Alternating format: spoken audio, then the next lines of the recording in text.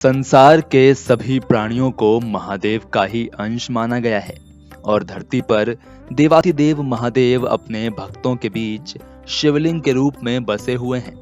उनके सभी शिवलिंग के अपने अपने रहस्य हैं। ऐसा ही एक शिवलिंग है निष्कलंक महादेव का, जिसे पांडवों द्वारा स्थापित किया गया था। लेकिन महाभारत काल में योगेश्वर श्री कृष्ण के रहते हुए ऐसा क्या हुआ कि पांडवों को भोलेनाथ के इस रूप को धरती पर बुलाना पड़ा। निष्कलंक महादेव रहस्यों का भंडार हैं।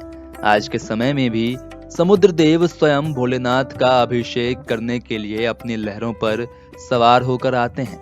आइए बताते हैं आपको इस दिव्य शिवलिंग निष्कलंक महादेव का अद्भुत रहस्य। महाभारत काल के कई ऐसे स्थान हैं जो आज भी ज्यों के त्यों बने हुए हैं और अपने महान इतिहास की गवाही देते हैं। उन्हीं में से एक स्थान है निष्कलंक महादेव का धाम, जिसे सनातन धर्म में अति महत्वपूर्ण माना गया है। महाभारत के विनाशकारी युद्ध के बाद पांडव अपने ही सगे संबंधियों के वध के पाप से मुक्ति के लिए प्रयास कर रहे थे।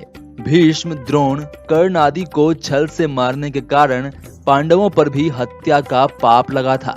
हिमालय क्षेत्र में ही कई ऐसे मंदिर हैं जहां पांडवों ने पश्चाताप के उद्देश्य से भगवान शिव की तपस्या की, क्योंकि भोलेनाथ जल्दी प्रसन्न होने वाले भगवान हैं और महाकाल के कोप से काल भी डरता है।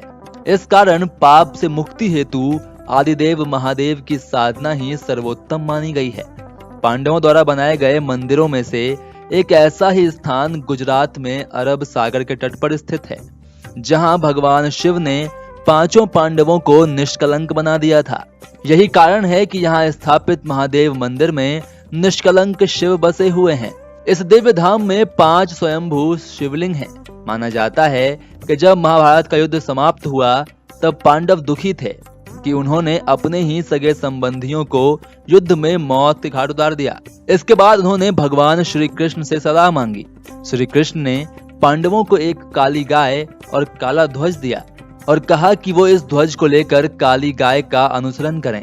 जहां भी दोनों का रंग सफेद हो जाएगा, वहां पांडवों को उनके पाप से मुक्ति मिल जाएगी। पांडव कई दिनों तक विभिन्न स्थानों में उस काली गाय के पीछे चलते रहे, लेकिन ना तो गाय का रंग ही बदला और ना ही उस ध्वज का।